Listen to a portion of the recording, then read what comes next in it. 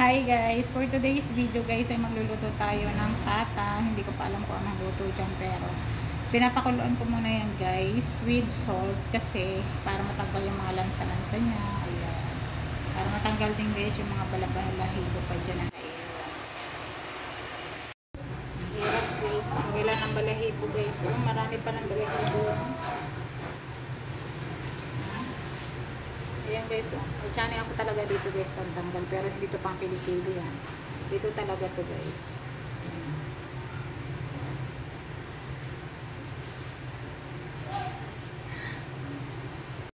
Ayan guys, hindi na natin ginisa guys sa bawang kasi para hindi masyadong maraming langis. So ilalagay na lang natin yung laurel, bawang,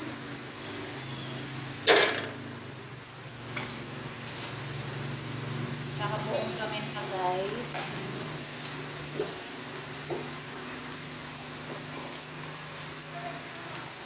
Mag-add pa rin tayo guys ng durog na bawang na paminta.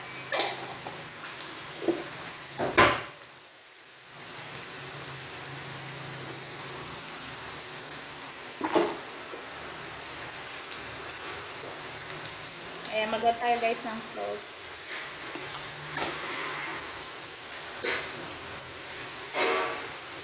Soy sauce.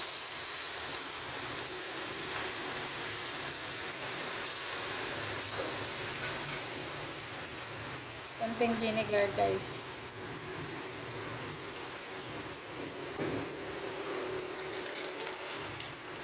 Mag-add tayo guys ng konting magic. So, ayan. Sangkotsa muna natin guys.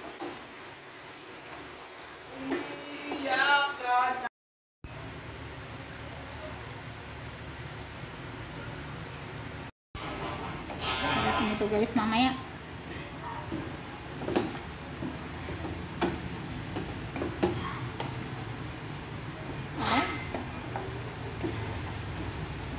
Hindi ko nag-inisa guys yung bawang kasi guys mamaya sobrang daming langis. May iwas tayo sa langis, diba? Kaya yan lang. Diretso na lang. Nasa pagluluto naman yung guys eh. Kung masarap.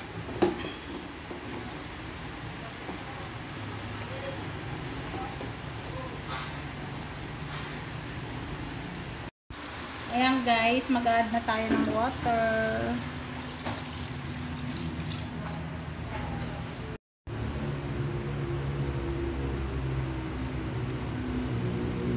Ayan guys, i-remove ko lang yung oil guys. Ganyan ako magluto guys, yung kahit sa sabaw.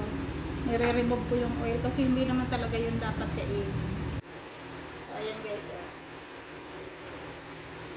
langis yan. So tanggalin ko yan guys.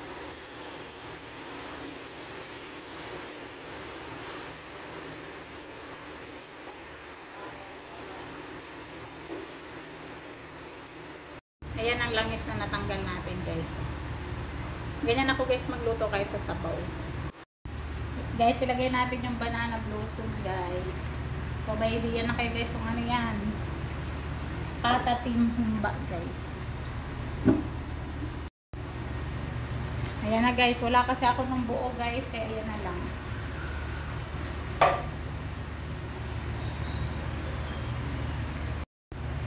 Guys, ito na finished product ng ating patatim guys.